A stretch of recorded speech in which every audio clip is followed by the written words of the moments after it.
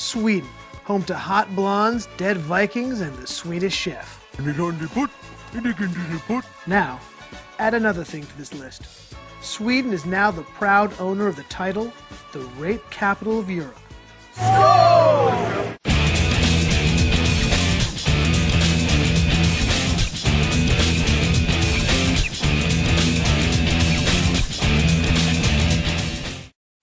Sweden has always had a reputation of being a harmonious and liberal society. This image has been shattered as rape has skyrocketed over the past 5 years.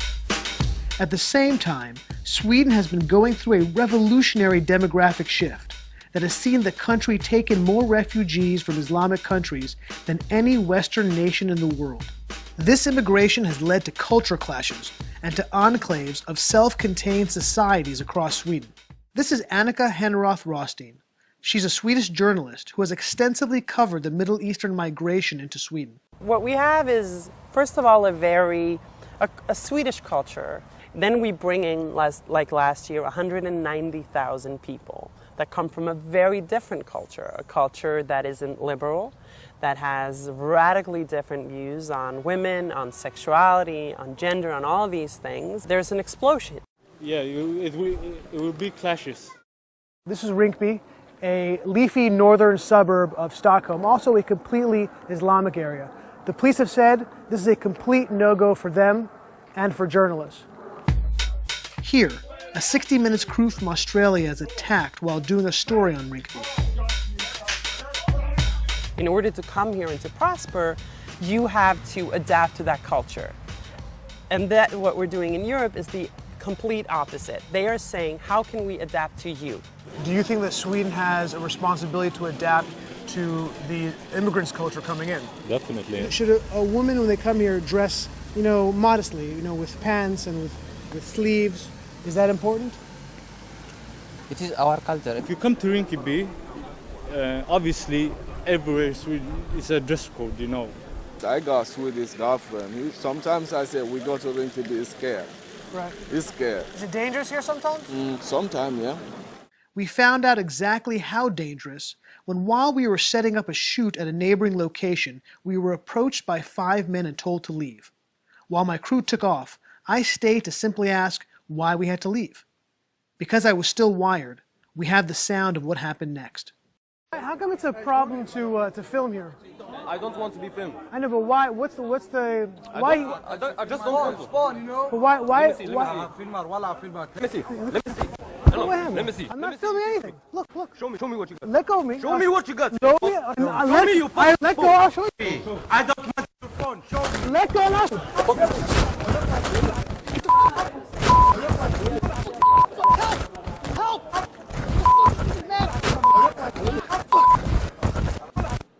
I was not the first person assaulted by gangs of immigrants, nor will I be the last. But women are taking the brunt of the explosion of violence across Sweden. When I went to a police station, I noticed that the vast majority of the people waiting to report a crime were women. Later, the police officer who I met with told me that most were there to report rape. These attacks are happening across Sweden, including a rash of rapes at music festivals. Over the past 2 years, dozens of young women, some as young as 12, were raped at these festivals across Sweden by hundreds of young immigrants. They use the tactic where dozens of men surround one or more girls in circles. While the men in the inner circle sexually attacks their victims, the outer circle distracts and keeps out anyone who would stop it.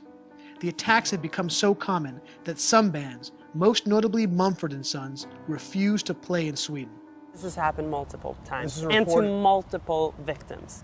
Then the issue is that when it is reported, this was widely known by the people who were there, the police that was on the scene, but then they put the lid on it. So they covered it up. They covered it up. So we didn't learn about this until much, much later. While the police have told me that the majority of the people that they arrest for rape are from Islamic backgrounds, BRA, the official keeper of Swedish crime statistics, curiously dropped the background of those arrested from the official statistics. The government has failed to recognize that it's made a huge mistake. And the European Union has failed to recognize that it's made a huge mistake. And we have this free movement, and the movement, of course, is flowing toward the country with the most generous social benefit system. The type of benefits that immigrants receive in Sweden are significant and are all-encompassing, and include housing, food, education, and additional cash. Does the government give enough to the immigrants? Yeah, everything's enough. There's good work here. Yeah, life is good here. Yes, Better. life is good, better here. They give me a lot. They give me a house, room, clothes, my school. All the Swedish all government things. pays for it. While the staggering increase in rape has made some news, this phenomenon has been coupled with a shocking and less widely reported increase in violent crime in general. Over the past couple of years, several dangerous immigrant riots have broken out, and shootings across Sweden have increased sharply. Anders Gorazin and Jacob Ekstrom are veteran and decorated policemen who have decades of experience and are tasked with policing within the immigrant community.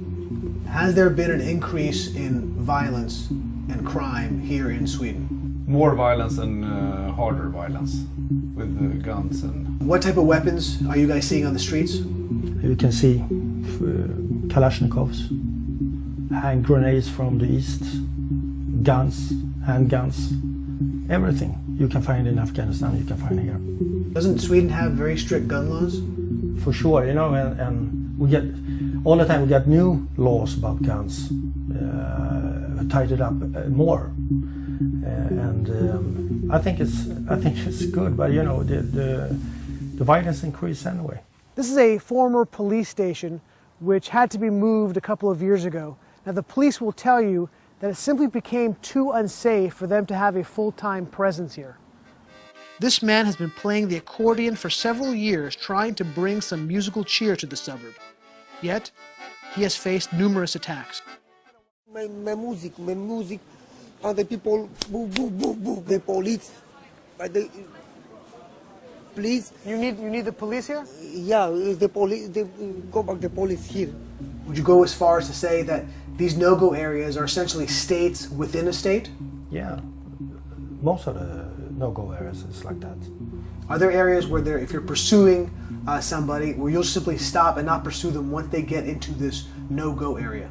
Yeah. If the police is chasing another car for some kind of crime, if they reach what we call no-go areas, the police wouldn't go after it. Do you see the violence really spreading across Sweden into the cities? At least 1 or 2 times a week. And let's say 5 years ago, how often would you say it was? No. 3 times a year. Really? The increase in this kind of crime is exponential. I think we caught off guard. We didn't expect it to be so much increase. Do you think there's a deliberate attempt to cover up these type of crimes?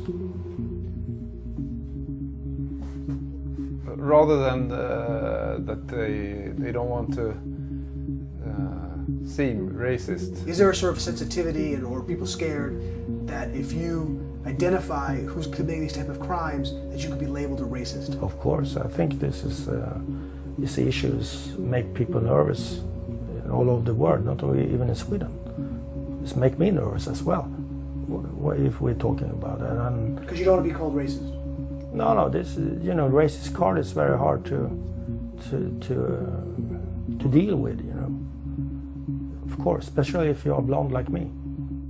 And now to add to these woes, Sweden has had dozens of people go to fight for ISIS, and they're starting to come back. Sweden has had its first Islamic terrorist attack. Do you think the sexual assault problem is an Islamic problem or not really? No, I think it's a general problem among men. Yeah, the problem isn't like this culture or that culture. The problem is male culture.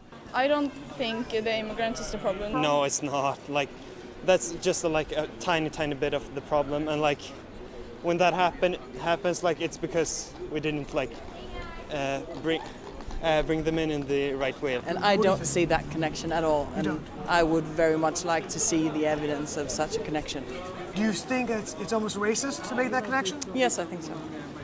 Is there a point where you think that Sweden's done too much to bring people in, or do you think there's... No, there is no too much in helping people. And is there a limit, do you think, to how many immigrants Sweden can take? No, no.